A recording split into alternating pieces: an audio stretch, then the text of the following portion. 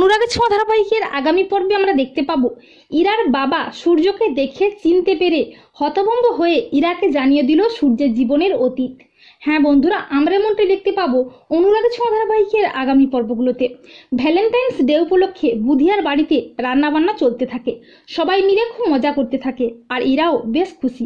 আসলে ইরা সূর্যকে ভালোবেসে ফেলেছে, সূর্যের প্রেমে হাবুডুবু খাচ্ছে ইরা, কিন্তু সূর্য এসবে কিছুই জানে না। আর ইরাও জানে না সূর্যের জীবনের অতীত, সূর্যের ফেলে আসা দিনগুলো। ইরা বুঝতে পারে না সূর্য কেন সবসময় রেগে থাকে, কেন সূর্যের মুখে কোনো হাসি নেই। কিন্তু ইরা বলে যে যেভাবেই হোক আমি ওনার মুখে হাসি ফোটাবই।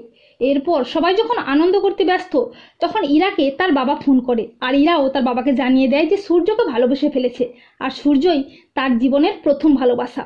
আর ইরা তার বাবাকে বলে যে গ্রামে এসে সূর্যের সঙ্গে দেখা করতে। এর কয়েকদিন পর ইরার বাবা ইরার কথায় গ্রামে আসে সূর্যের সাথে দেখা করতে। এরপর যখন সূর্য রোগী দেখছে তখন ইরা তার বাবাকে নিয়ে হাজির হয় সূর্যের সামনে।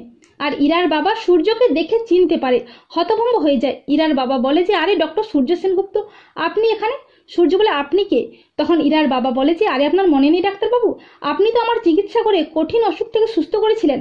তখন ইরা চমকে ওঠে, ইরা বলে বাবা তুমি ওনাকে চেনো? তখন ইরার বাবা বলে যে আরে চিনবো না, উনি তো বিশাল বড় ডাক্তার সূর্য সেনগুপ্ত, ওনার দুটো ফুটফুটে মেয়েও আছে সোনা রূপা। তাছাড়া কয়েকদিন আগে তো ওনাকে নিয়ে অনেক কিছু শোনাও গিয়েছিল। আর ওনার স্ত্রী দীপা ম্যাডাম খুব ভালো মনের মানুষ। আর ইরা তার বাবার মুখে সূর্যের জীবনের অতীত শুনে একেবারে ভেঙে পড়ে। তো বন্ধুরা, তোমরা এটাই চাও তো যে শেষ পর্যন্ত ইরার বাবা এসেই যেন সূর্যকে চিনতে পেরে সূর্যের জীবনের সমস্ত অতীত জানিয়ে দেয় ইরাকে?